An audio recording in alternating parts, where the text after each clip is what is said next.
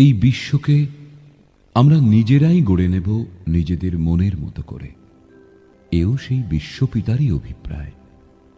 তবে আজ কিসের এত সংশয়?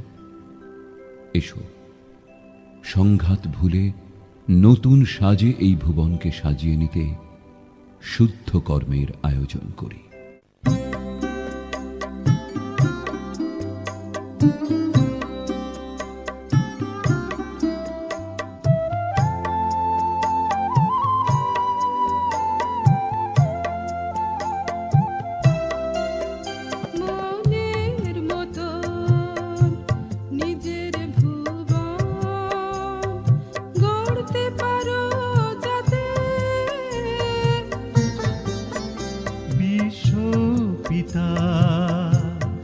তাই দিয়েছে